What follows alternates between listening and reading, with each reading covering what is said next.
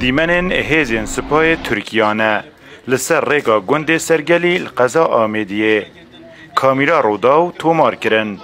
دمی چونامه بو گندی لناف جواتا گندیان گرمترین بابت بحثی روشا امناهیه دم بو دمی هیزین سپاه ترکیا لنیزی گندی هاتنو چوند کرن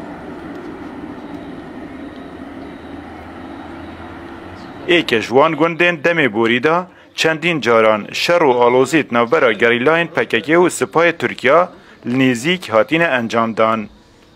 هاتنو چونا گندیان به تایبتی بشف یا بمطرسیه. زیگوی مال اسف اوجی ما محرومی پیوسته جینمان اما شبیه آهوسونه امی بحثی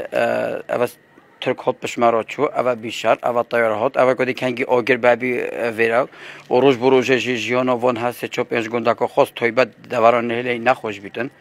اگر حساب جیب چیتن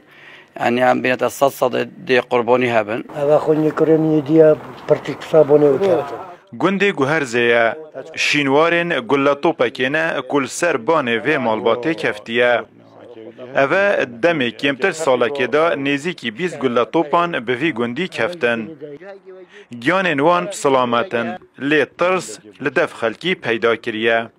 مشاهده چه بورینی اووس ها اگه جاره بین دف جمعه اگه وگی جسم اون وگی تا اون اگه دیر نخوره چه اگه بخون تونه آرامی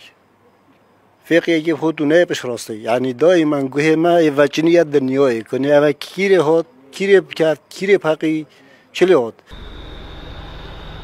دمی هیوکیه اپراسیون سپاه ترکیا لبروج و نظاره جای متینی دست بکریه پتری 15 خال نو داناینه مطرسی کتیه سر 12 گندان گوهات نو چونوان سنوردار کریه سالن چوی لیوی دمی سال بشوه زورترین سردان و هاتنو چون و گریان و پیاسه کرن لوان گندان ده هبون افسالش بر روشا امناهیه خلکی امترین سردانان دیگد جبلی هندی جی بشف دیمن آگری و هند جاران دنگ فروکان و توپان جی دهیتا بهیستن ایوب نصری روداو گنده برچی قضا میدیه